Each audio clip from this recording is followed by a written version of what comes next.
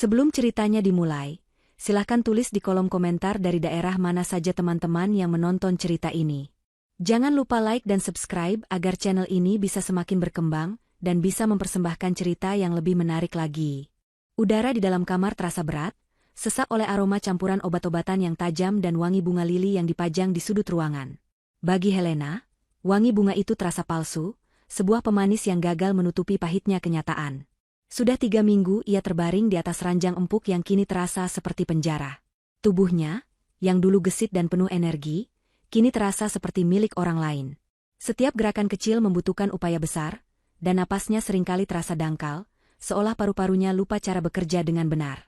Dokter mengatakan ini adalah efek dari kelelahan ekstrim yang memicu penyakit lama, sebuah kondisi autoimun yang menyerang persendian dan organ dalamnya. Ia harus beristirahat total, melepaskan semua beban pikiran. Helena memejamkan mata, mencoba mencari posisi yang lebih nyaman. Beban pikiran. Ironis sekali, justru di saat seperti inilah pikirannya bekerja paling keras, berputar-putar dalam kabut kebingungan dan rasa bersalah. Ia merasa bersalah karena telah merepotkan semua orang, terutama suaminya, Dirgantara, dan ibu mertuanya, Jumini. Mereka berdua adalah malaikat pelindungnya. Sejak ia jatuh sakit, mereka tak pernah sekalipun meninggalkannya. Dirgantara, suaminya yang tampan dan selalu tenang itu, akan duduk di sampingnya selama berjam-jam, membacakan berita dari tabletnya, atau sekadar menggenggam tangannya. Genggaman tangan itu terasa hangat dan menenangkan, sebuah jangkar di tengah badai yang mengamuk di dalam tubuhnya. Jangan khawatirkan apapun, sayang, bisiknya setiap hari, suaranya dalam dan meneduhkan. Fokus saja pada kesembuhanmu. Urusan perusahaan, urusan rumah, semua aku yang tangani bersama ibu. Dan Jumini, ibu mertuanya, berubah menjadi perawat paling telaten di dunia. Pagi-pagi sekali, ia sudah masuk membawa semangkuk bubur hangat yang dibuatnya sendiri. Ia akan menyuapi Helena dengan sabar, mengelap bibirnya dengan tisu, lalu membenahi bantal dan selimutnya. Cepat sembuh, ya, nak Helena.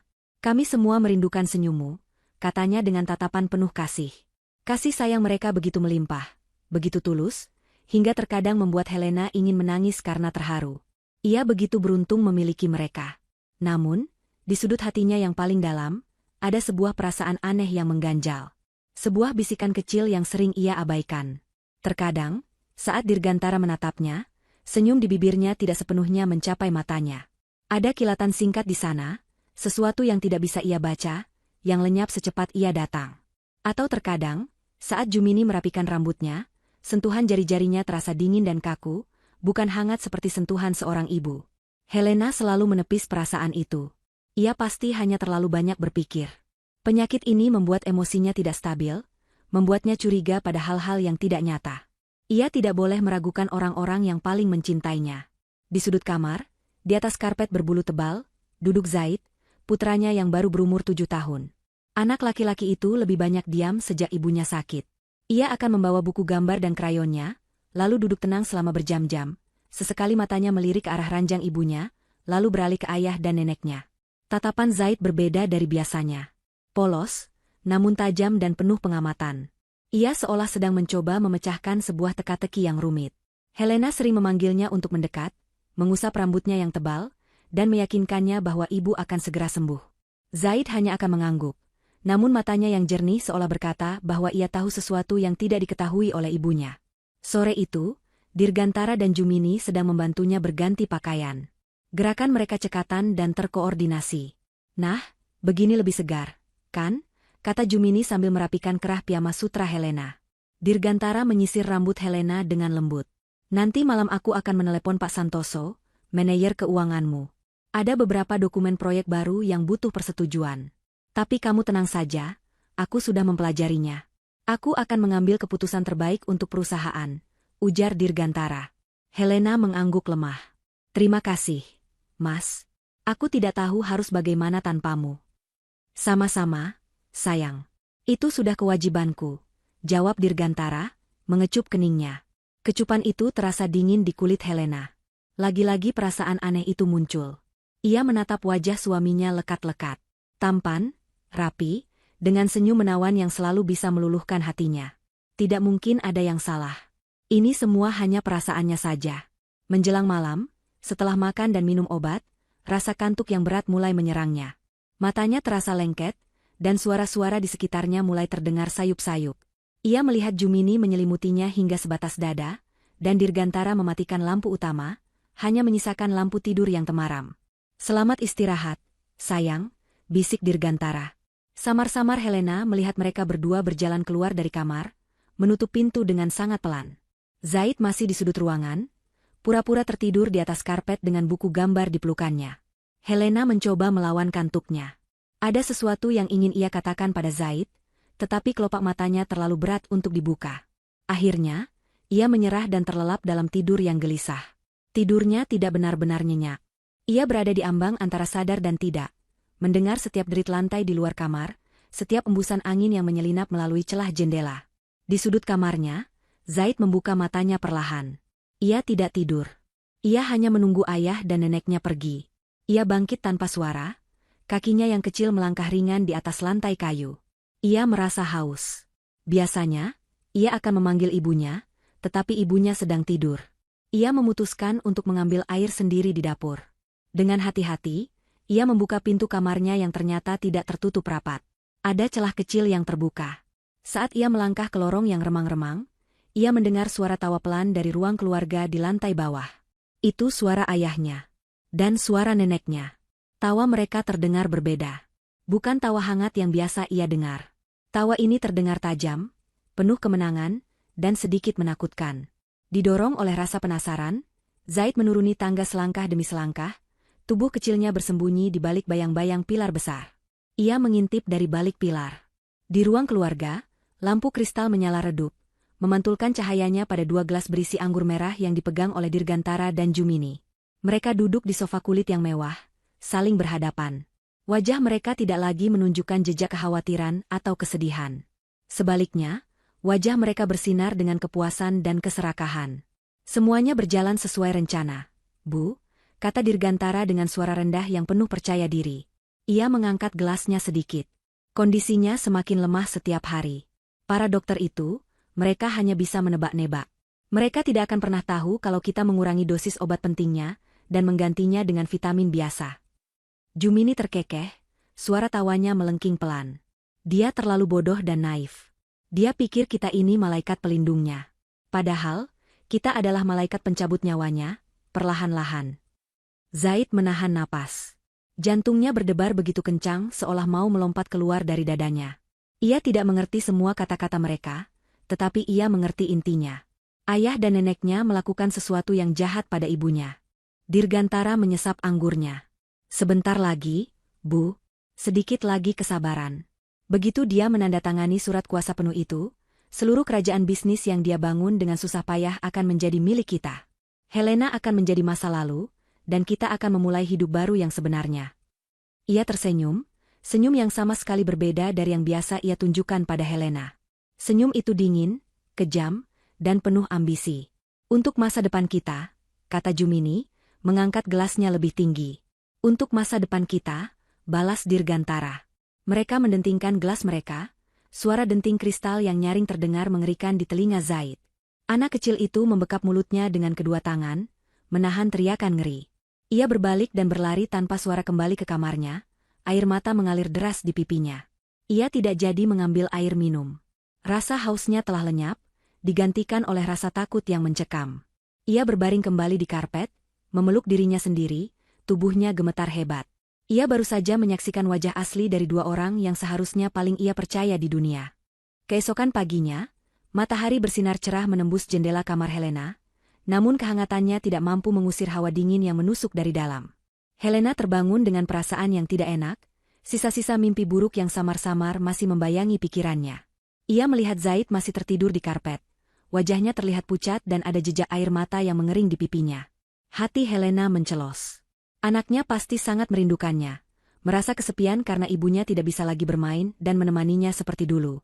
Pintu kamar terbuka dan Jumini masuk membawa nampan sarapan. "Selamat pagi, Nak Helena. Bagaimana tidurmu semalam?" Sapanya dengan senyum ramah yang kini terasa janggal di mata Helena. "Selamat pagi, Bu." "Lumayan," jawab Helena singkat, mencoba memaksakan seulas senyum. Jumini meletakkan nampan di meja samping tempat tidur. "Syukurlah. Ayo, sarapan dulu." Bubur ayam spesial buatan ibu, biar tenagamu pulih. Ia mulai menyendokkan bubur, namun Helena menggeleng. Nanti saja, Bu. Aku belum lapar. Aku ingin bicara dengan Zaid dulu, kata Helena. Jumini tampak sedikit kecewa, tetapi ia menyembunyikannya dengan baik. Oh, baiklah.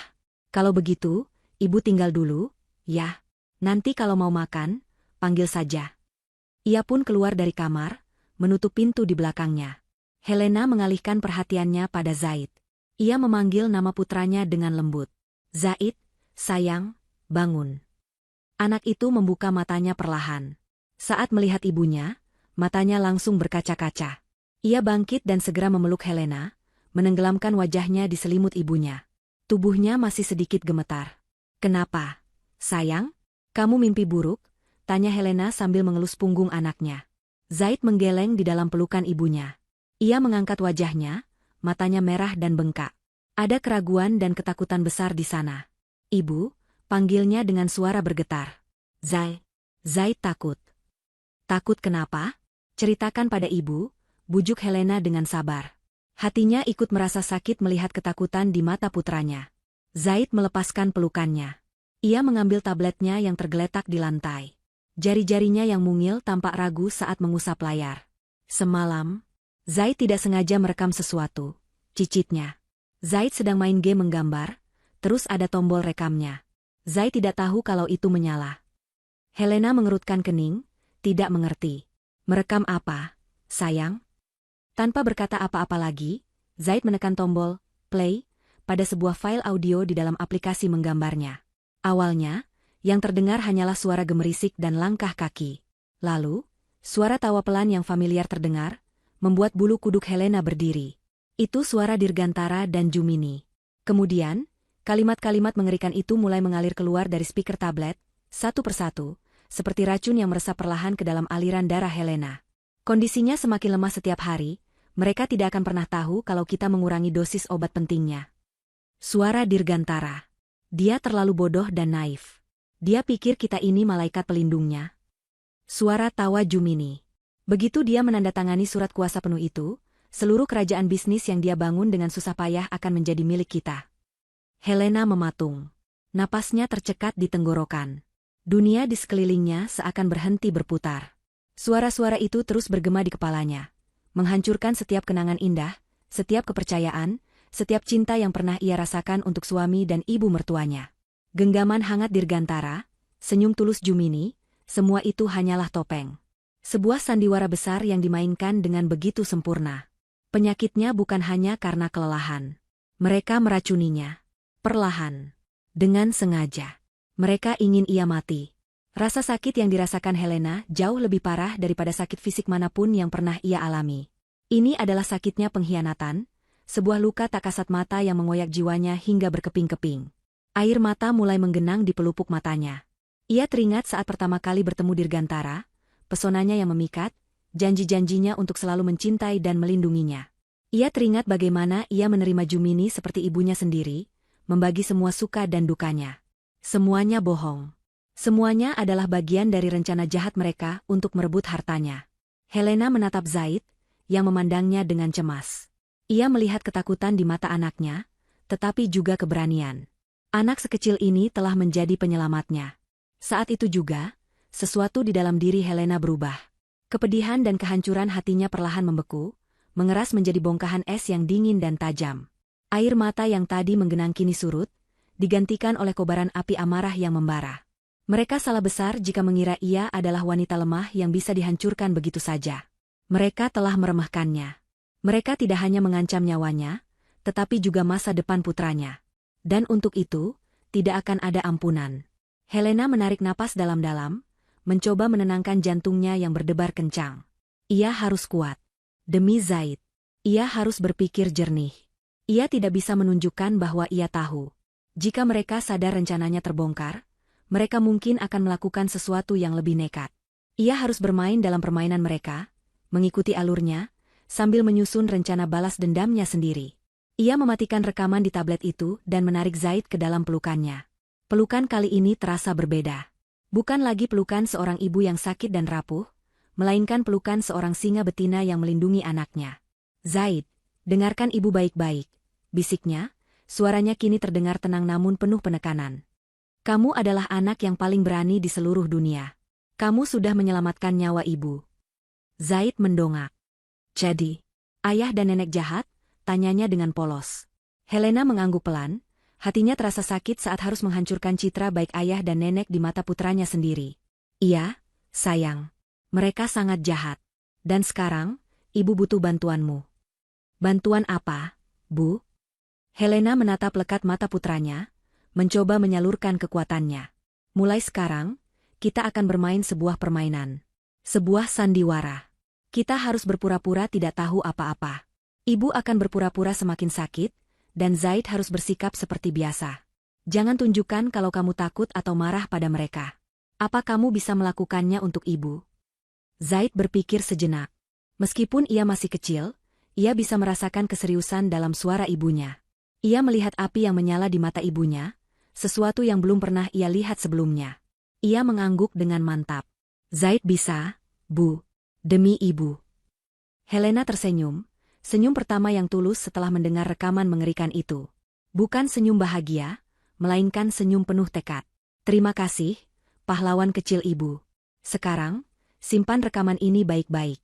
Jangan sampai ada yang tahu. Ini adalah senjata rahasia kita. Zaid mengangguk lagi, lalu memeluk ibunya sekali lagi dengan erat.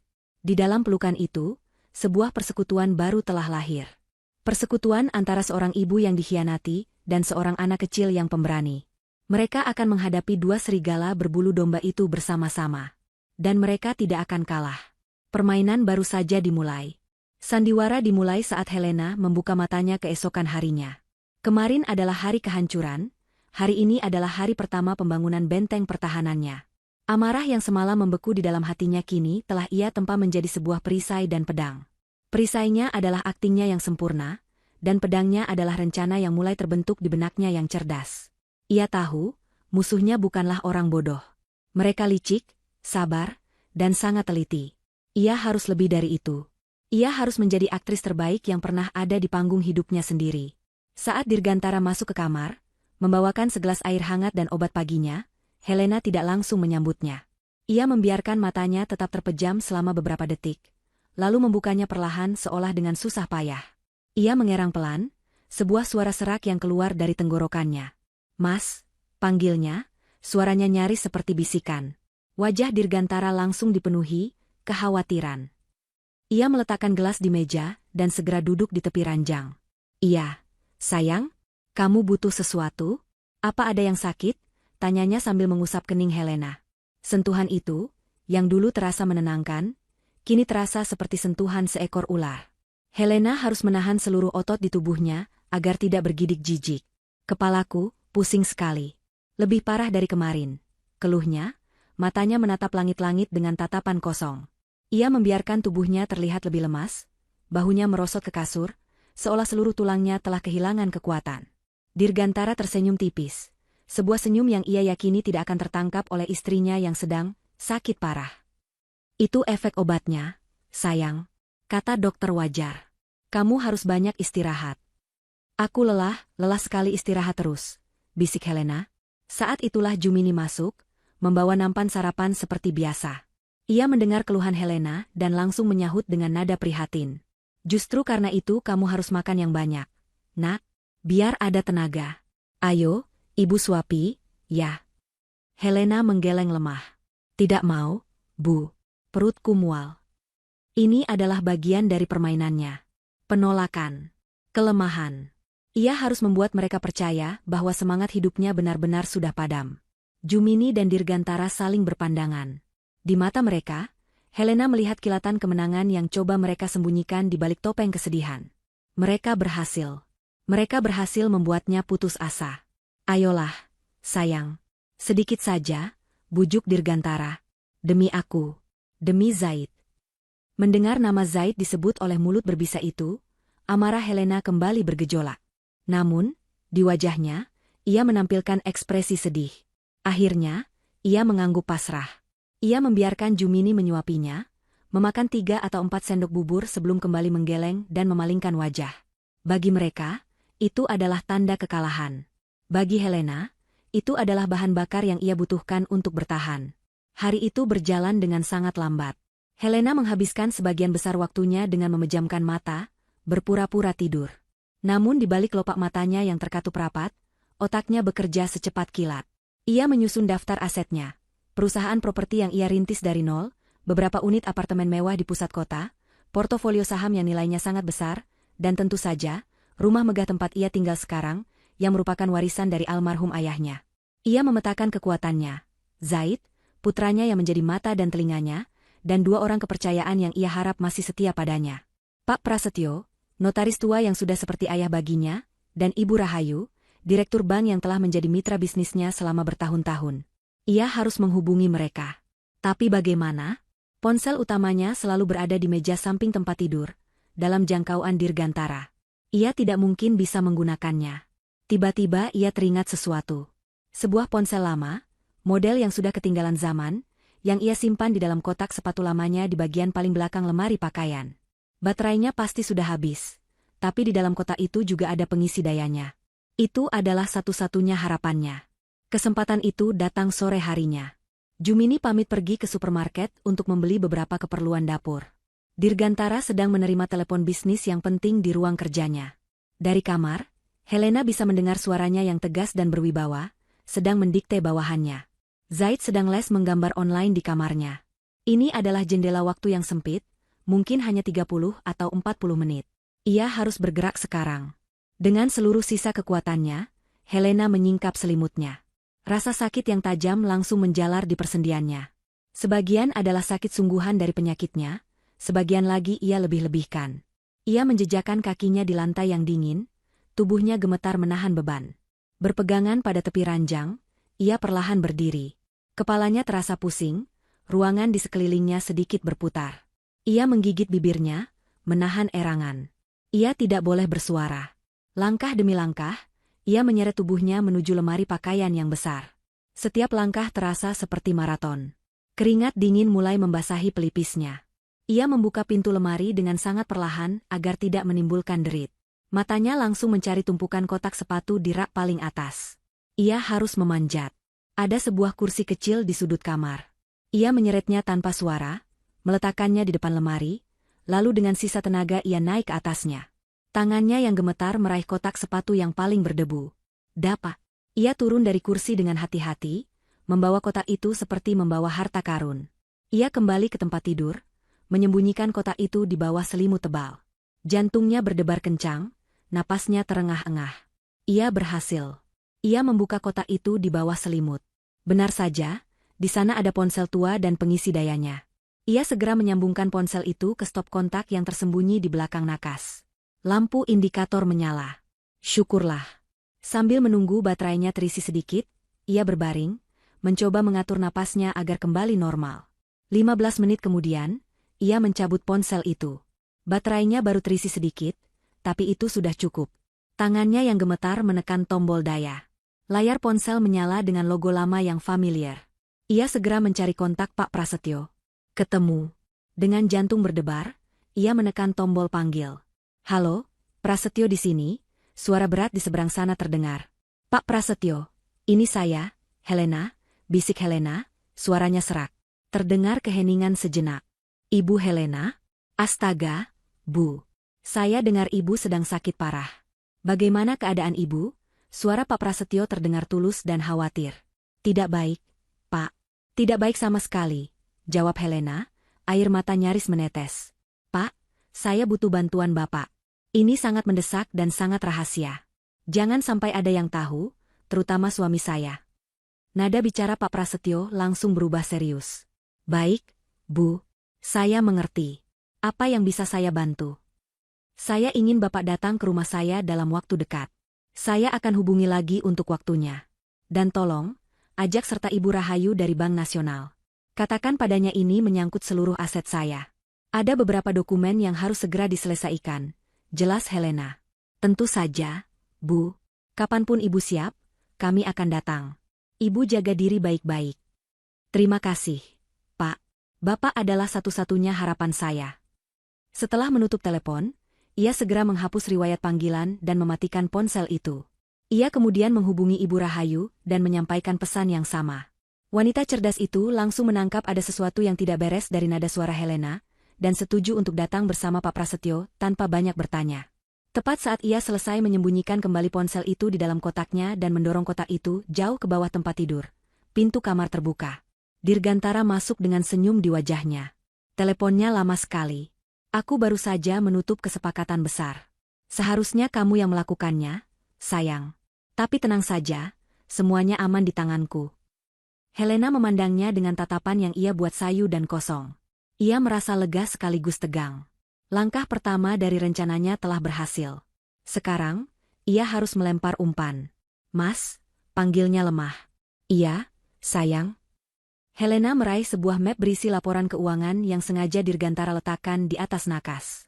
Ia mencoba membacanya, namun kemudian map itu terlepas dari genggamannya yang lemah dan jatuh ke lantai. Helena mulai terbatuk-batuk. Napasnya dibuat sesak dan tidak teratur. Dirgantara panik. Ia segera meraih tubuh istrinya. Sayang, kamu kenapa? Helena mencengkeram lengan Dirgantara. Matanya menatap suaminya dengan tatapan memohon yang menyeratkan keputusasaan total. Aku sudah tidak kuat lagi, Mas, desahnya di sela-sela napasnya yang terengah-engah. Mungkin benar katamu. Aku harus melepaskan semuanya. Aku tidak sanggup lagi memikirkan ini semua. Wajah Dirgantara menunjukkan ekspresi kaget yang dengan cepat berubah menjadi keprihatinan yang mendalam. Namun, di balik matanya, Helena melihat kilatan yang ia tunggu-tunggu. Kilatan kemenangan mutlak. Umpannya telah dimakan. Beberapa hari setelah Helena melemparkan umpannya, suasana di dalam rumah berubah secara drastis. Jika sebelumnya Dirgantara dan Jumini memainkan peran sebagai perawat yang sabar, kini mereka bertransformasi menjadi dua predator yang merasa mangsanya sudah tidak berdaya. Kesabaran mereka telah habis, digantikan oleh ketidaksabaran yang nyaris tidak bisa mereka tutupi lagi. Tekanan yang mereka berikan pada Helena meningkat dari jam ke jam, terasa seperti dinding yang perlahan-lahan merapat untuk menghimpitnya. Perawatan mereka menjadi lebih mekanis dan tidak tulus. Jumini masih menyuapinya, tetapi gerakannya lebih cepat dan kasar. Jika bubur tumpah di dagu Helena, ia akan mengelapnya dengan sedikit sentakan kesal. Kata-kata manisnya kini terdengar seperti mantra yang diulang-ulang tanpa perasaan. Ayo, nak, makan yang banyak biar cepat kuat. Kuat untuk apa? Ya, kuat untuk menandatangani dokumen. Begitu kira-kira pesan tersirat yang Helena tangkap. Dirgantara, di sisi lain, mulai menjadikan kamar Helena sebagai ruang kerja keduanya. Ia akan duduk di sofa sambil menelepon rekan-rekan bisnisnya. Sengaja mengeraskan suaranya saat membahas masalah-masalah perusahaan yang rumit. Ia akan mendesah frustrasi, mengacak-acak rambutnya, dan berkata, andai saja Helena sehat, dia pasti tahu cara menyelesaikan ini. Atau, ini proyek besar, risikonya tinggi. Aku harus mengambil keputusan sendiri. Semoga saja aku tidak salah langkah dan membuat perusahaan bangkrut. Semua itu adalah bagian dari perang psikologis mereka. Mereka ingin Helena merasa tidak berguna, menjadi beban, dan akhirnya merasa bersalah. Mereka ingin ia percaya bahwa satu-satunya cara ia bisa berkontribusi adalah dengan menyerahkan segalanya kepada mereka. Dua pahlawan yang telah berkorban begitu banyak. Helena menerima semua itu dengan kepasrahan yang sempurna. Ia akan menatap Dirgantara dengan mata yang berkabut, seolah tidak mengerti istilah-istilah bisnis yang diucapkannya. Ia akan mengangguk lemah pada setiap keluhan suaminya, seolah setuju bahwa dirinya memang sudah tidak mampu lagi. Di dalam hatinya, setiap kata-kata mereka adalah cambuk yang justru menguatkan tekadnya. Ia mencatat setiap kebohongan, setiap manipulasi, menyimpannya sebagai amunisi untuk pertempuran terakhir. Satu-satunya sumber kekuatannya adalah Zaid. Anak itu adalah aktor cilik yang luar biasa. Di depan ayah dan neneknya, ia bersikap seperti anak kecil yang merindukan ibunya, seringkali murung dan tidak banyak bicara. Namun, ketika mereka hanya berdua di dalam kamar, Zaid akan berubah menjadi mata-mata kecil yang handal. Ibu, tadi ayah telepon seseorang. Ayah bilang, sedikit lagi kesabaran, semua akan jadi milik kita. Lapor Zaid suatu siang saat ia pura-pura bermain mobil-mobilan di samping tempat tidur ibunya, sementara Dirgantara sedang di kamar mandi. Helena hanya tersenyum tipis dan mengedipkan sebelah matanya. Anak pintar, bisiknya tanpa suara.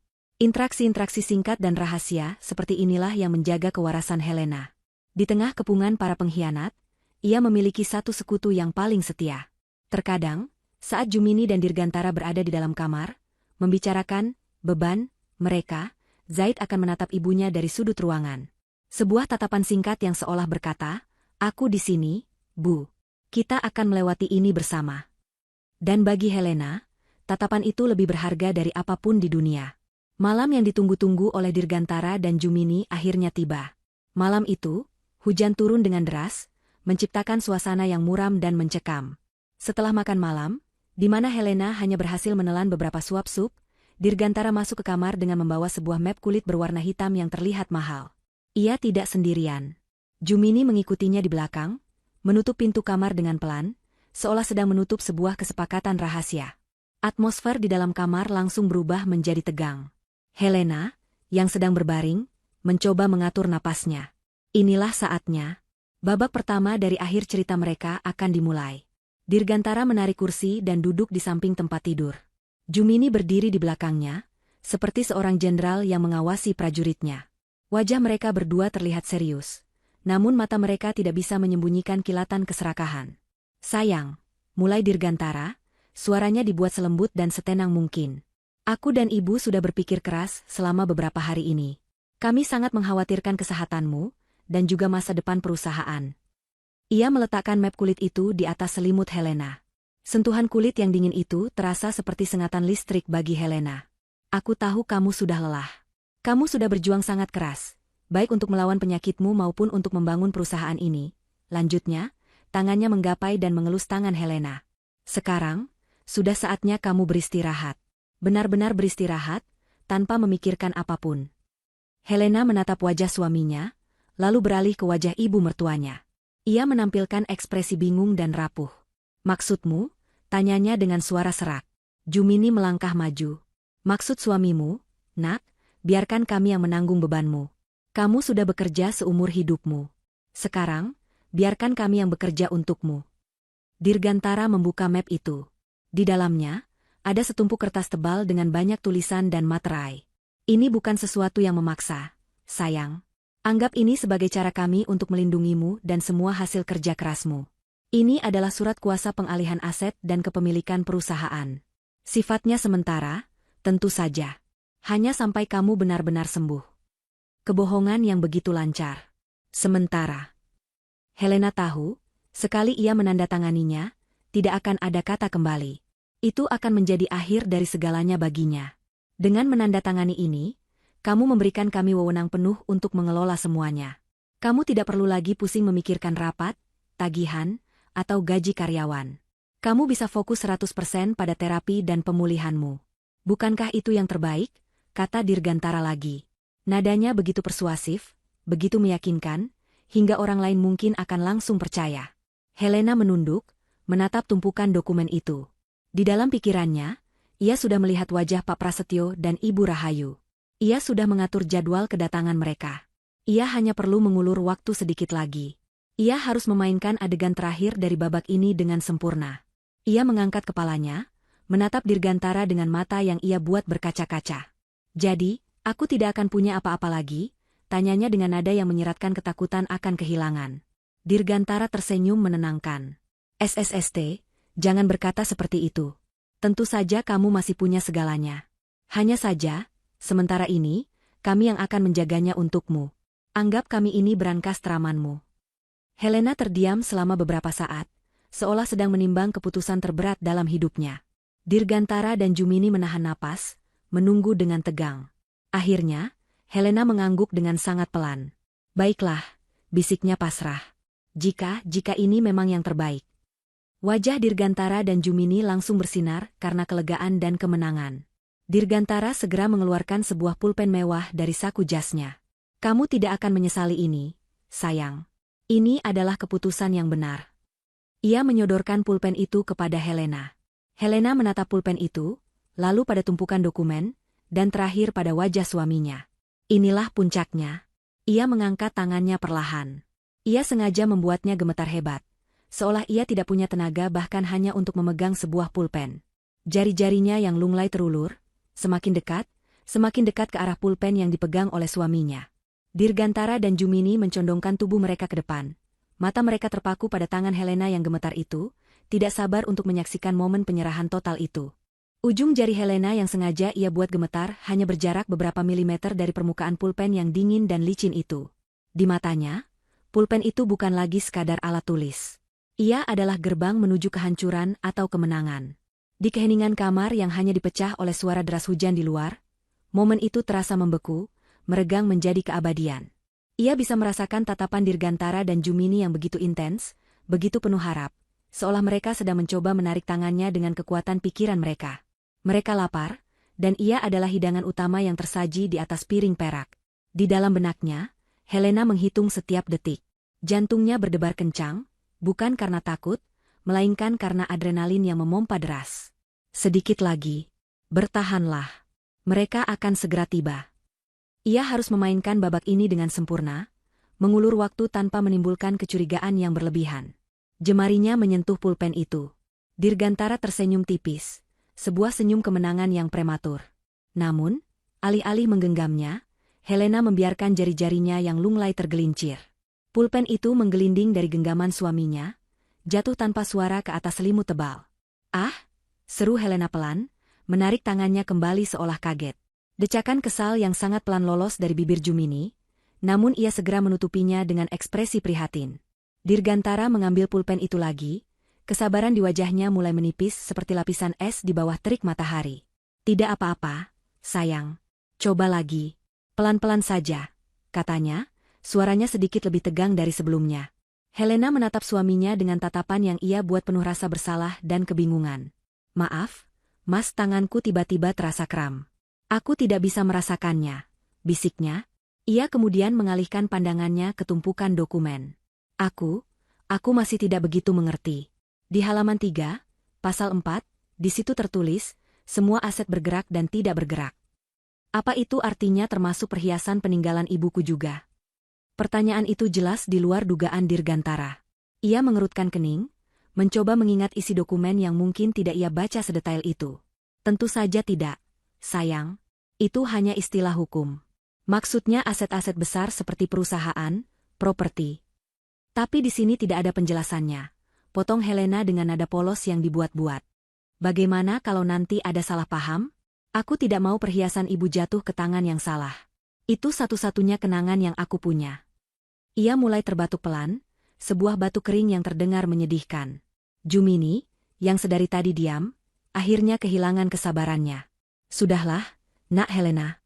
Jangan terlalu banyak berpikir. Nanti kepalamu tambah pusing. Dirgantara tahu apa yang terbaik. Percaya saja padanya. Tanda tangani saja, semua akan beres," katanya dengan nada sedikit memaksa. Helena menatap ibu mertuanya, dan untuk pertama kalinya, ia membiarkan sedikit perlawanan terlihat di matanya yang sayu. "Justru karena kepala saya pusing, Bu, saya harus berhati-hati. Ini menyangkut seluruh hidup saya."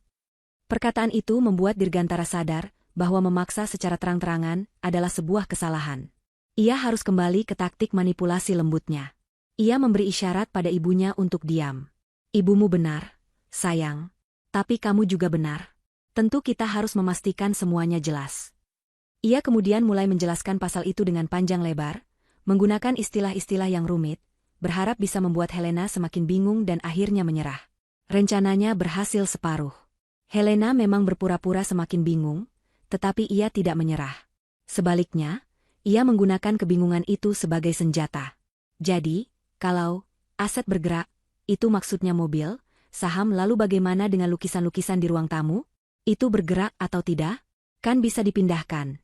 tanyanya lagi, seperti seorang anak kecil yang baru belajar. Wajah Dirgantara mengeras. Rahangnya menegang. "Helena, kumohon. Jangan mempersulit ini," katanya, nada suaranya kini kehilangan semua kelembutannya. Di saat yang sama, Helena tidak hanya berakting. Seluruh indranya bekerja maksimal. Ia menajamkan pendengarannya, mencoba menembus suara hujan yang menderu. Setiap deru angin yang lebih kencang, setiap ranting yang bergesekan dengan atap, membuat jantungnya berdebar. Apakah itu suara mereka? Belum. Hanya suara alam yang seolah ikut merasakan ketegangan di dalam kamar itu. "Aku tidak mempersulit, Mas. Aku hanya ingin mengerti," jawab Helena. Suaranya bergetar seolah ia hampir menangis. "Kalian memintaku menyerahkan segalanya. Setidaknya, biarkan aku tahu apa saja yang akan aku lepaskan." Melihat Air mata, di pelupuk mata istrinya, Dirgantara merasa bersalah sekaligus semakin tidak sabar. Ia harus mengakhiri ini sekarang juga, sebelum Helena berubah pikiran. Baik, aku minta maaf, katanya, kembali melembutkan suaranya. Dengar, aku bersumpah akan menjaga semuanya dengan baik. Termasuk perhiasan ibumu dan lukisan-lukisan itu. Kamu percaya padaku, kan? Helena menatapnya lama, lalu mengangguk pelan. Anggukan itu adalah lampu hijau yang ditunggu-tunggu oleh Dirgantara. Kalau begitu, sekarang tanda tangani, ya? Sebelum kamu terlalu lelah. Ia kembali menyodorkan pulpen itu. Kali ini, ia memegang tangan Helena, mencoba membimbing jari-jari istrinya untuk menggenggam pulpen tersebut. Sentuhan kulitnya terasa dingin dan lengket. Helena merasa mual, tetapi ia menahannya. Ia membiarkan Dirgantara menuntun tangannya. Ujung pulpen itu kini hanya berjarak seinci dari garis tanda tangan yang telah disiapkan. Inilah momen kritisnya. Dan saat itulah ia mendengarnya. Sebuah suara yang berbeda dari deru hujan. Suara yang samar, namun pasti. Suara mesin mobil yang dimatikan, diikuti oleh suara bantingan pintu mobil yang pelan.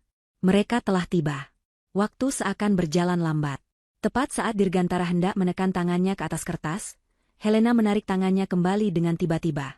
Ia memegangi kepalanya dengan kedua tangan, tubuhnya menegang. Tunggu, pekiknya. Suaranya terdengar panik dan kesakitan. Dirgantara dan Jumini tersentak kaget. Ada apa lagi, Helena? Seru Dirgantara, amarahnya kini tidak bisa ditutupi lagi. Kepala ibu pusing sekali. Keluh Helena, matanya terpejam rapat, wajahnya berkerut menahan sakit. Ia sengaja meninggikan suaranya, memanggil dirinya sendiri dengan sebutan, ibu, seolah sedang berbicara pada Zaid dalam keadaan mengigau. Rasanya seperti berputar-putar, sangat sakit. Erangannya memenuhi ruangan, sebuah pertunjukan penderitaan yang begitu meyakinkan. Dirgantara dan Jumini saling berpandangan dengan frustrasi. Mangsa yang sudah di depan mata tiba-tiba meronta. Dan di tengah erangan Helena yang memilukan, sebuah suara lain yang nyaring dan tegas membelah keheningan malam. Ding dong. Suara bel pintu. Suara bel pintu itu terdengar seperti lonceng gereja di tengah badai, sebuah anomali yang mengejutkan dan tidak pada tempatnya. Untuk sesaat, Dirgantara dan Jumini membeku, ekspresi mereka berubah dari frustrasi menjadi amarah murni. Siapa yang berani bertamu di jam selarut ini, di tengah hujan badai, dan yang paling penting, di tengah momen puncak dari rencana mereka? Siapa sih malam-malam begini? Geram Dirgantara, melepaskan tangan Helena dengan kasar. Ia menatap pintu kamar seolah bisa melihat menembusnya, dan menghanguskan siapapun yang ada di balik pintu depan. Abaikan saja. Mungkin hanya salah alamat, desis Jumini. Matanya tidak lepas dari tumpukan dokumen di atas ranjang. Baginya, tidak ada yang lebih penting dari selembar tanda tangan itu. Helena, yang masih memegangi kepalanya, sedikit mengintip dari sela-sela jarinya. Ia melihat kepanikan di wajah mereka, dan merasakan gelombang kepuasan yang dingin. Rencananya bekerja. Kavaleri penyelamatnya telah tiba di gerbang. Ding dong. Bel berbunyi lagi, kali ini lebih lama dan lebih tegas, seolah tidak akan menerima penolakan. Sialan, umpat Dirgantara pelan. Ia tidak punya pilihan. Jika ia mengabaikannya, tamu itu bisa saja membuat keributan. Dengan langkah berat yang penuh amarah, ia berjalan keluar dari kamar. Ibu di sini saja. Pastikan dia tidak berbuat macam-macam. Perintahnya pada Jumini sebelum menghilang di lorong. Helena bisa mendengar langkah kaki Dirgantara yang berat menuruni tangga, diikuti oleh suara gerendel pintu depan yang dibuka dengan kasar. Lalu, ia mendengar suara suaminya, nadanya ketus dan tidak ramah. Ya, cari siapa? Kemudian, sebuah suara lain menjawab, suara berat dan berwibawa yang sangat Helena kenal. Suara Pak Prasetyo. Selamat malam.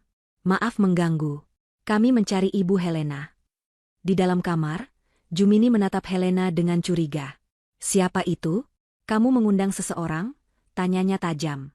Helena hanya menggeleng lemah, wajahnya masih menampilkan ekspresi kesakitan. Aku tidak tahu, Bu. Aku tidak mengundang siapa-siapa, jawabnya dengan suara bergetar. Kebohongan itu terasa manis di lidahnya. Terdengar percakapan yang lebih panjang di lantai bawah. Nada suara Dirgantara berubah dari marah menjadi bingung, lalu terdengar sedikit panik. Tak lama kemudian, langkah kaki kembali terdengar menaiki tangga.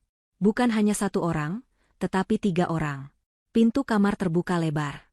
Dirgantara berdiri di ambang pintu, wajahnya pucat pasi seperti mayat. Di belakangnya, berdiri dua sosok yang kehadirannya langsung mengubah seluruh dinamika di dalam ruangan. Pak Prasetyo, notaris tua itu, berdiri tegak dengan setelan jas rapinya, wajahnya tenang namun matanya tajam seperti elang. Di sampingnya, Ibu Rahayu, sang direktur bank, berdiri dengan postur yang tak kalah berwibawa, tas kerjanya digenggam erat, matanya yang cerdas langsung memindai seluruh ruangan, berhenti sejenak pada tumpukan dokumen di atas ranjang, lalu menatap tajam ke arah Jumini. Kehadiran mereka seperti seember air es yang disiramkan ke dalam ruangan yang panas. Aura keserakahan dan tipu daya yang tadinya begitu kental, kini seakan menguap, digantikan oleh atmosfer formalitas yang dingin dan profesional. Jumini terkesiap. Mulutnya sedikit terbuka, matanya melotot tidak percaya. Ia menatap kedua tamu itu, lalu pada putranya, lalu pada Helena, mencoba mencari jawaban atas situasi yang tidak masuk akal ini. Bagaimana mungkin mereka bisa ada di sini? Dan kemudian, terjadilah momen yang paling memuaskan bagi Helena. Perlahan, dengan gerakan yang tidak lagi terlihat lemah, ia menurunkan tangannya dari kepalanya. Erangannya berhenti. Ekspresi kesakitan di wajahnya lenyap, digantikan oleh ketenangan yang dingin. Ia mendorong tubuhnya, bukan lagi dengan susah payah, melainkan dengan kekuatan yang terkontrol, hingga ia duduk tegak bersandar di kepala ranjang. Kabut kebingungan di matanya telah sirna, digantikan oleh tatapan yang jernih, tajam, dan penuh kuasa. Ia bukan lagi domba yang sekarat. Ia adalah sang ratu yang kembali menduduki singgasananya. Transformasi itu begitu total dan begitu tiba-tiba, hingga Dirgantara dan Jumini hanya bisa menatapnya dengan mulut ternganga. Mereka sedang menyaksikan kebangkitan seseorang yang mereka kira sudah berada di ambang kematian. Pak Prasetyo, Ibu Rahayu. Selamat malam. Terima kasih sudah bersedia datang di tengah hujan deras seperti ini, sapa Helena. Suaranya, yang selama berminggu-minggu hanya berupa bisikan serak, kini terdengar jelas, kuat, dan bergema di keheningan kamar. Dirgantara akhirnya berhasil menemukan suaranya, meskipun terdengar gagap. Hi Helena, apa maksud semua ini? Pak Prasetyo, Bu Rahayu, kenapa kalian ada di sini? Ia melambaikan tangannya ke arah dokumen. Kami hanya sedang membantu Helena mengurus beberapa surat. Pak Prasetyo melangkah masuk ke dalam kamar, diikuti oleh Ibu Rahayu. Ia tidak memedulikan Dirgantara. Matanya tertuju pada Helena, dan ia memberikan sebuah anggukan kecil yang penuh hormat. Ia kemudian melihat map kulit hitam yang terbuka di atas selimut, lalu beralih menatap wajah Dirgantara dan Jumini yang pucat pasi. Ada sedikit senyum sinis di sudut bibirnya. Selamat malam, Pak Dirgantara, kata Pak Prasetyo, suaranya yang berat dan tenang terdengar seperti palu hakim. Maaf mengganggu malam Anda. Ia berhenti sejenak, membiarkan ketegangan di dalam ruangan mencapai puncaknya. Kami diundang oleh Ibu Helena untuk sebuah finalisasi. Lanjutnya, matanya menatap lurus ke arah Dirgantara. Tapi sepertinya, ini finalisasi yang berbeda dari yang sedang Anda lakukan. Kata-kata itu jatuh seperti bom. Finalisasi yang berbeda. Kalimat sederhana itu menghancurkan seluruh sandiwara Dirgantara dan Jumini. Tidak ada lagi tempat untuk bersembunyi. Kebohongan mereka telah terurai, topeng mereka telah direnggut paksa, memperlihatkan wajah asli mereka yang penuh keserakahan dan kepanikan di bawah cahaya lampu kamar yang terang benderang. Keheningan yang mengikuti kata-kata itu terasa lebih memekakan daripada suara badai di luar. Itu adalah keheningan dari sebuah rencana yang telah hancur berkeping-keping. Kata-kata Pak Prasetyo, finalisasi yang berbeda, menggantung di udara, berat dan tajam seperti bilah guillotine yang siap jatuh. Untuk beberapa detik yang terasa seperti 1 jam, tidak ada yang bergerak atau bersuara. Dirgantara dan Jumini berdiri terpaku, wajah mereka adalah kanvas kosong tempat kepanikan dan ketidakpercayaan saling berebut untuk melukiskan ekspresi ngeri. Pikiran mereka yang tadinya dipenuhi euforia kemenangan kini berputar liar, mencoba mencari pegangan, mencari penjelasan logis atas skenario mustahil yang sedang terjadi di depan mata mereka. Dirgantara adalah yang pertama kali berhasil keluar dari kelumpuhan. Naluri predatornya yang terdesak menyuruhnya untuk menyerang. Ia memutar tubuhnya, tidak lagi menatap Helena, melainkan menantang Pak Prasetyo dan Ibu Rahayu dengan tatapan marah. Apa maksud Anda? Finalisasi apa? Tanyanya, suaranya bergetar karena amarah yang dipaksakan untuk menutupi rasa takutnya. Kalian tidak punya hak untuk datang ke rumah saya selarut ini, dan mengganggu istri saya yang sedang sakit keras. Ini pelanggaran privasi. Saya bisa menuntut kalian.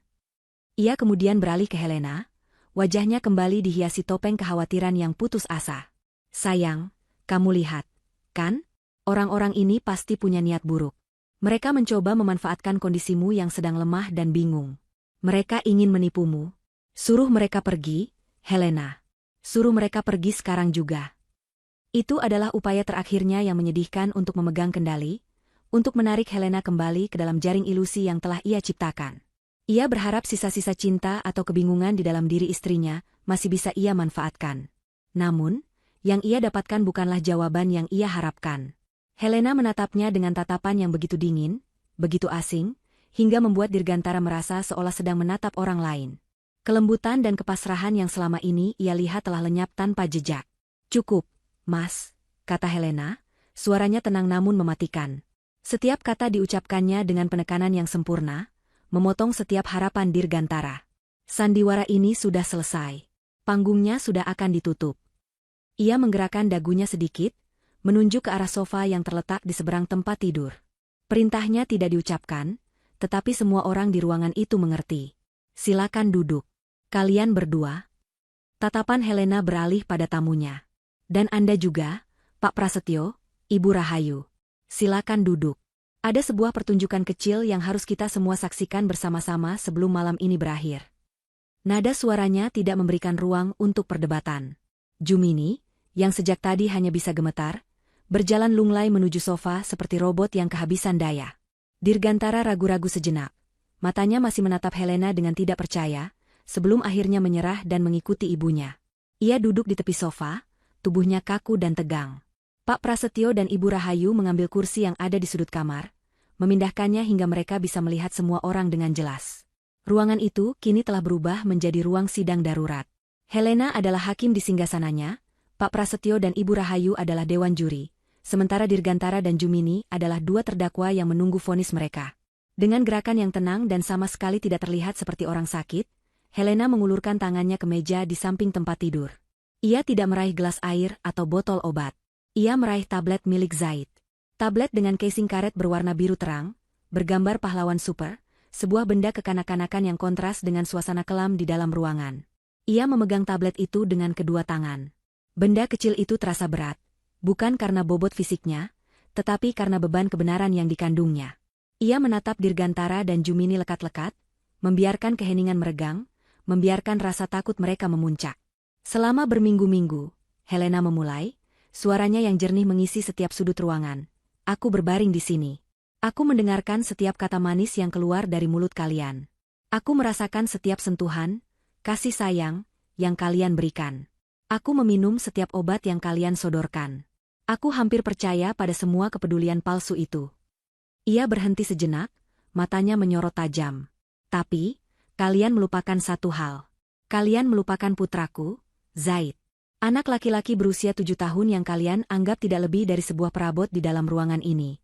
Anak yang kalian pikir hanya sibuk dengan gambar dan permainannya. Ternyata, anakku memiliki telinga yang lebih jujur daripada mulut kalian, dan mata yang lebih jernih daripada hati kalian yang busuk." Dirgantara dan Jumini saling berpandangan dengan panik. Penyebutan nama Zaid membuat mereka gelisah. Apa yang anak itu lihat? Apa yang ia dengar? Helena mengangkat tablet itu sedikit lebih tinggi. "Kalian datang malam ini, membawakanku dokumen untuk ditandatangani. Kalian memintaku menyerahkan seluruh hasil kerja kerasku, seluruh hidupku, dengan dalih agar aku bisa beristirahat dengan tenang." Ia tersenyum, sebuah senyum dingin yang tidak pernah Dirgantara lihat sebelumnya. Senyum itu membuatnya merinding. "Baiklah. Aku setuju. Mari kita tuntaskan semuanya malam ini. Tapi sebelum aku menandatangani dokumen kalian, lanjutnya, mari kita dengarkan sebuah wasiat terakhir yang sesungguhnya. Bukan wasiat dariku, tapi wasiat yang terekam dari mulut kalian berdua." Jantung Dirgantara seakan berhenti berdetak. "Rekaman? Apa maksudnya?" Ia menatap tablet di tangan Helena dengan ngeri. Ia mencoba mengingat-ingat, mencari percakapan apa yang mungkin telah didengar atau direkam. Pikirannya kosong. Ia terlalu percaya diri, terlalu yakin akan kebodohan istrinya, hingga ia menjadi ceroboh. Helena mengalihkan pandangannya dari wajah suami dan ibu mertuanya yang pucat pasi ke arah layar tablet. Jari telunjuknya yang lentik dan terawat, tangan yang sama yang beberapa saat lalu gemetar hebat, kini terlihat begitu kuat dan mantap. Jarinya melayang di atas ikon, play, berwarna hijau. Seluruh dunia seakan menahan napas. Kemudian, dengan gerakan yang pelan dan teatrikal, ia menekan layar itu. Untuk sepersekian detik, tidak ada suara apapun. Lalu, Sebuah suara pecah memenuhi keheningan. Bukan suara kata-kata. Bukan suara musik. Melainkan suara tawa. Tawa seorang wanita yang melengking, tajam, dan penuh dengan keserakahan yang tidak terselubung. Itu adalah suara tawa Jumini, tawa mengerikan yang sama seperti yang didengar Zaid dari balik pilar, yang kini bergema di dalam kamar terkutuk itu, menjadi nada pembuka bagi opera kehancuran mereka. Tawa melengking Jumini yang keluar dari speaker tablet terdengar begitu mengerikan di dalam ruangan yang sunyi itu. Itu adalah suara kemenangan yang mentah dan tidak disaring, suara dari lubuk hatinya yang paling serakah. Mendengar tawanya sendiri dalam konteks yang begitu berbeda, Jumini tersentak seolah baru saja disengat listrik. Ia menatap tablet di tangan Helena dengan horor, tangannya secara refleks terangkat untuk menutupi mulutnya sendiri, seolah berharap bisa menarik kembali suara itu.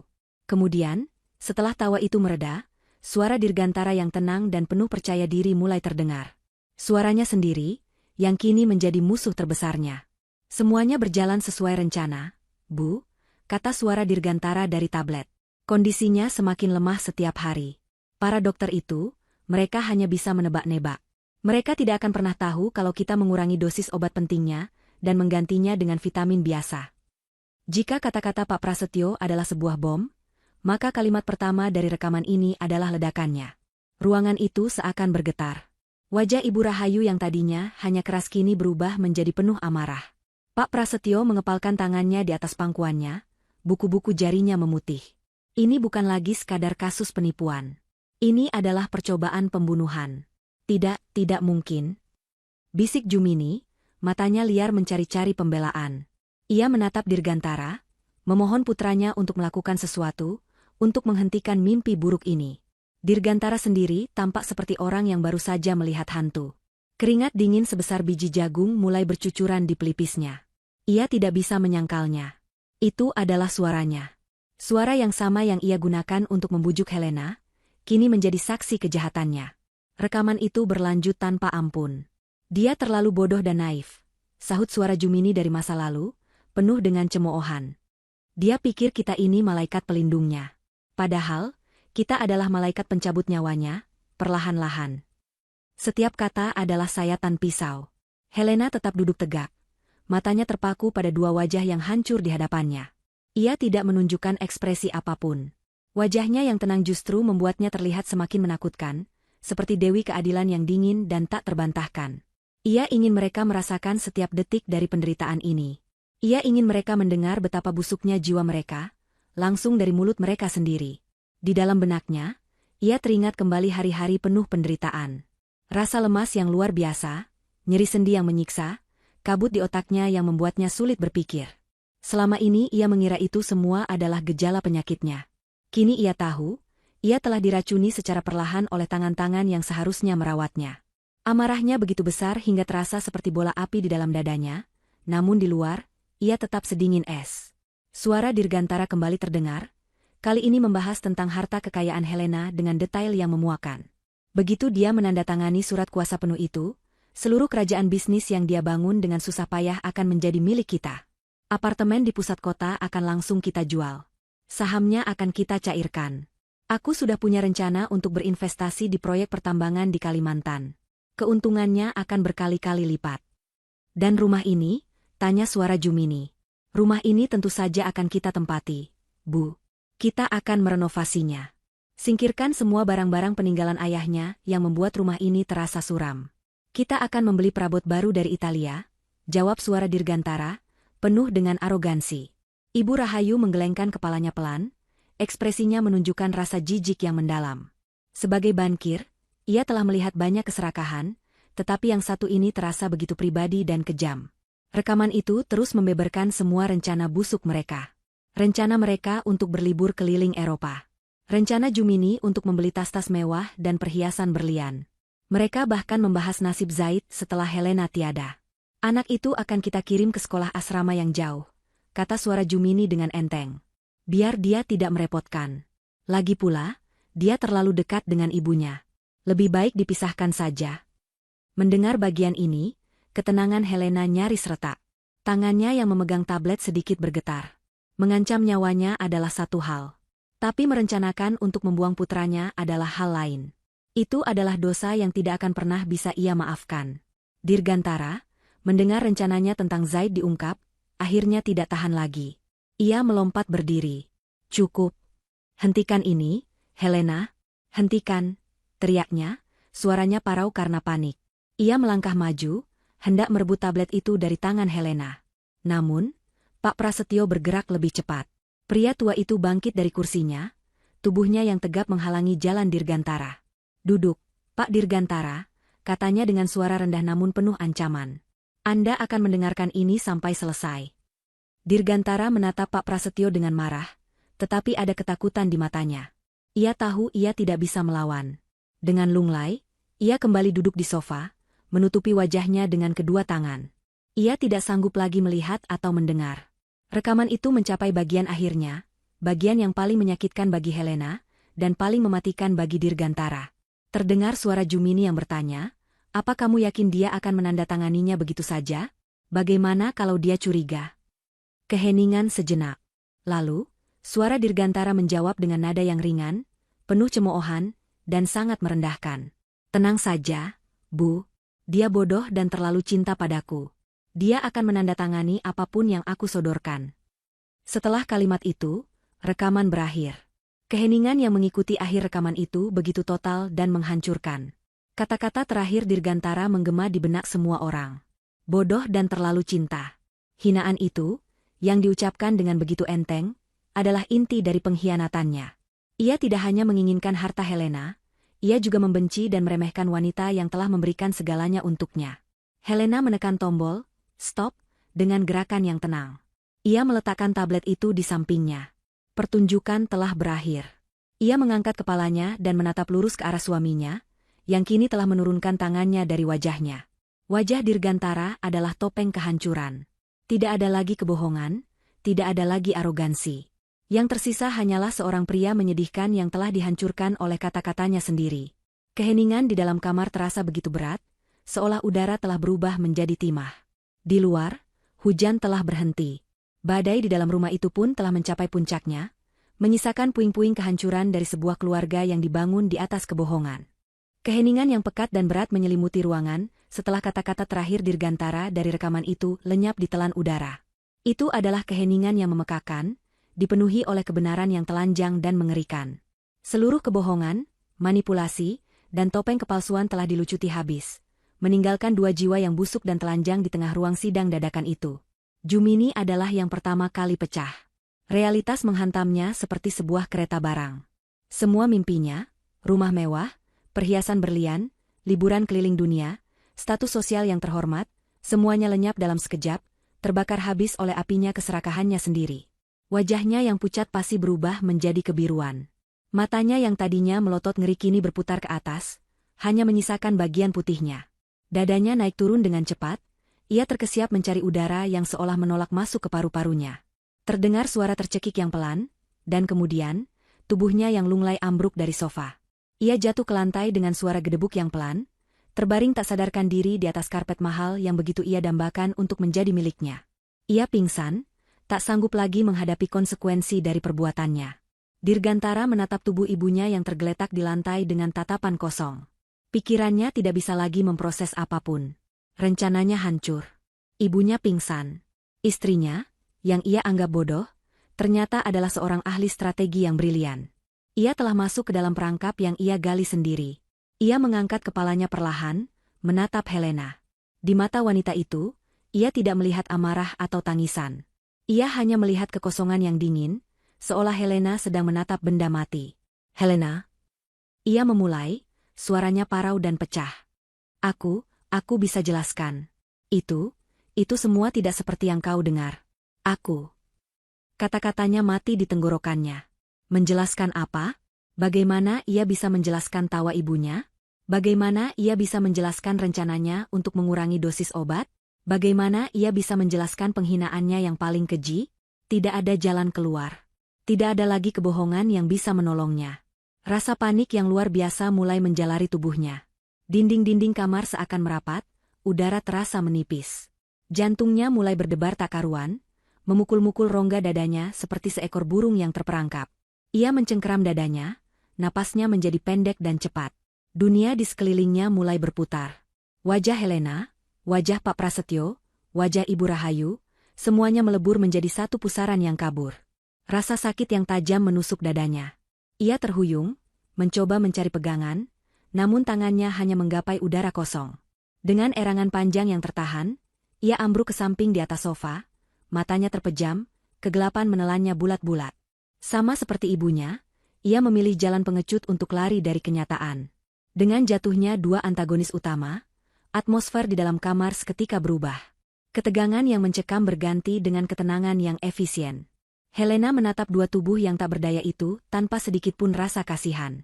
Mereka telah menabur angin, dan kini mereka menuai badai. Ia kemudian mengalihkan pandangannya pada Pak Prasetyo, dan memberikan sebuah anggukan singkat yang tegas. Itu adalah sinyal yang telah mereka sepakati. Pak Prasetyo, yang sejak tadi hanya menjadi pengamat yang tenang, kini melangkah maju. Ia membuka tas kerjanya yang diletakkan di lantai, dan mengeluarkan sebuah map tebal berwarna merah. Ia tidak meletakkannya di atas selimut Helena. Sebaliknya, ia menyingkirkan map kulit hitam milik Dirgantara dengan ujung jarinya seolah itu adalah benda yang menjijikan, lalu meletakkan map merahnya di atas meja kopi di depan sofa. Sesuai instruksi Anda, Bu Helena, katanya dengan suara yang jelas dan formal, saya telah menyiapkan semua dokumen yang diperlukan. Ia membuka map itu, memperlihatkan isinya. Yang pertama, katanya sambil mengeluarkan selembar dokumen, adalah surat gugatan cerai dengan tuntutan segera. Alasannya adalah kekerasan dalam rumah tangga secara psikologis, percobaan penipuan, serta niat jahat yang membahayakan nyawa. Ia mengeluarkan lembar berikutnya. Yang kedua adalah surat laporan resmi kepada pihak kepolisian. Berdasarkan bukti rekaman yang baru saja kita dengar, kami akan mengajukan tuntutan percobaan pembunuhan berencana dengan memberatkan pada penyalahgunaan obat-obatan.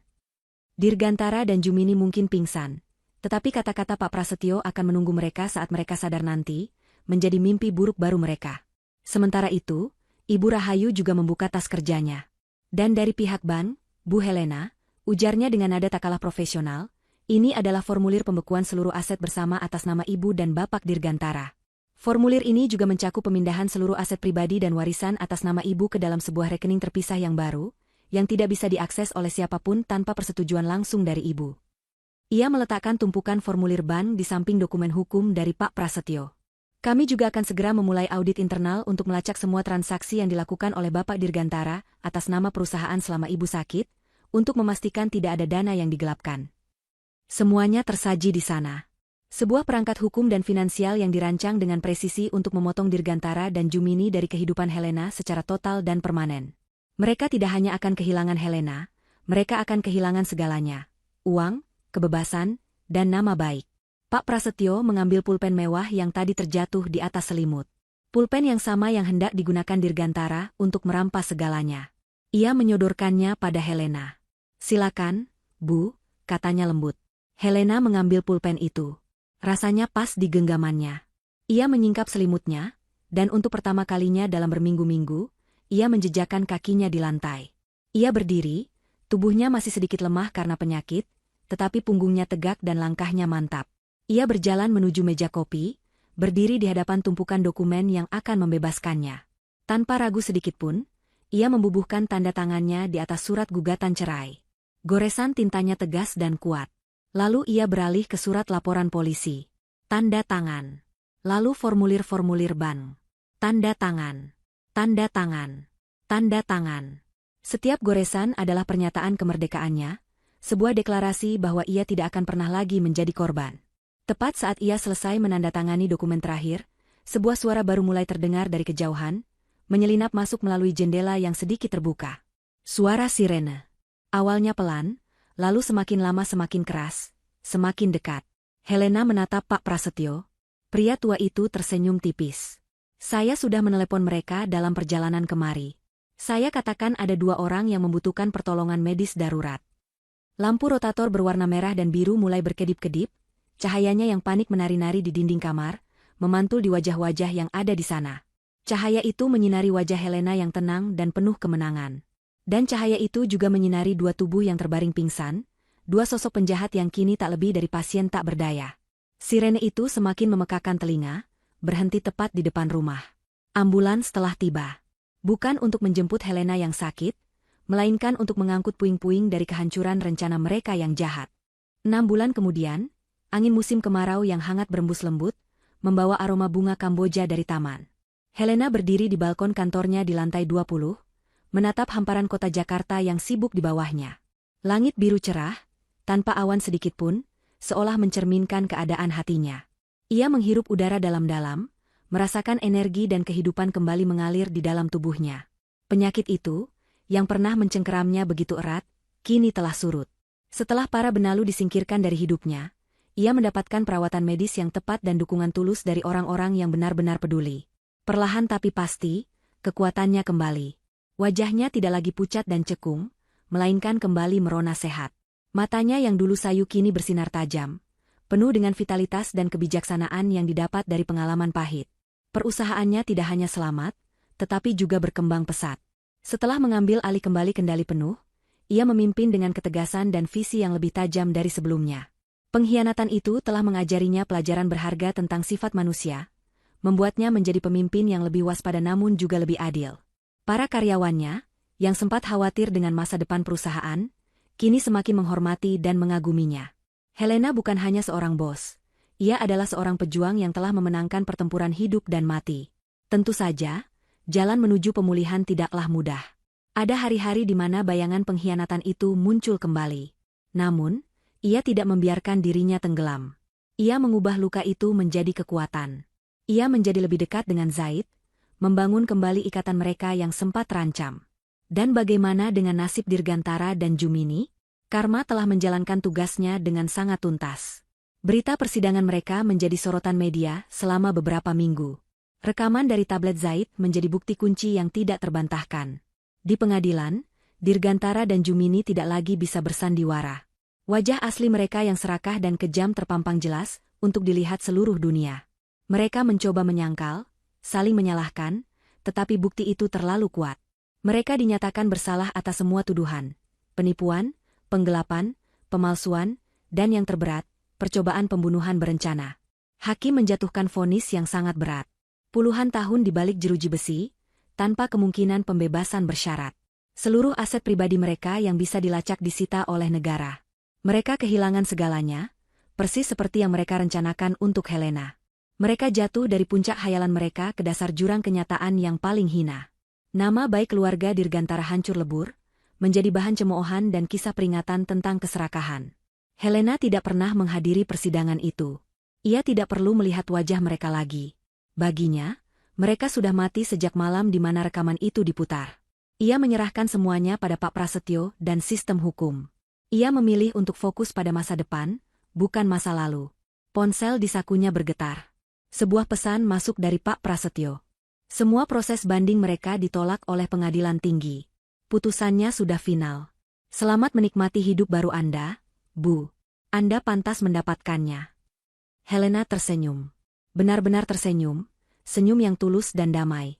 Ia mengetik balasan singkat, terima kasih atas segalanya, Pak, lalu memasukkan kembali ponselnya ke saku. Sebuah babak dalam hidupnya telah resmi ditutup. Ia berbalik dari balkon dan masuk kembali ke ruangannya. Di sana, di atas karpet yang empuk, Zaid sedang tengkurap sambil menggambar dengan krayon warna-warni. Anak itu kini jauh lebih ceria. Trauma yang ia alami perlahan memudar, digantikan oleh rasa aman dan cinta dari ibunya. Ia tidak lagi murung. Tawa riangnya kini sering terdengar memenuhi rumah. Ibu, lihat, seru Zaid sambil mengangkat kertas gambarnya. Helena berlutut di samping putranya. Di atas kertas itu, Zaid telah menggambar dua sosok. Satu sosok wanita yang tinggi dengan rambut panjang, dan satu sosok anak laki-laki kecil di sampingnya. Mereka berdua tersenyum lebar, bergandengan tangan. Di atas kepala mereka, Zaid menggambar sebuah matahari besar yang bersinar sangat terang, dengan sinar-sinar berwarna pelangi. Hati Helena terasa hangat. Ia memeluk putranya dengan erat, mencium puncak kepalanya yang wangi. Bagus sekali, sayang. Ini gambar terindah yang pernah ibu lihat. Itu kita, Bu, kata Zaid polos. Di bawah matahari yang bahagia. Iya, sayang. Itu kita, bisik Helena, matanya sedikit berkaca-kaca karena haru. Matahari kita akan selalu bahagia mulai sekarang. Mereka duduk di sana selama beberapa saat, di dalam kantor yang bermandikan cahaya matahari sore. Helena memandangi wajah putranya, pahlawan kecilnya, dan kemudian memandang keluar jendela, ke arah langit biru yang tak terbatas. Badai telah berlalu, menyisakan tanah yang subur untuk kehidupan yang baru. Ia telah kehilangan seorang suami dan ibu mertua, tetapi ia menemukan sesuatu yang jauh lebih berharga, kekuatan dirinya sendiri dan cinta tanpa syarat dari putranya. Dan dengan dua hal itu, ia tahu ia bisa menghadapi apapun yang akan datang. Masa depan terbentang luas di hadapannya, cerah dan penuh harapan, seperti gambar yang baru saja dilukis oleh putranya.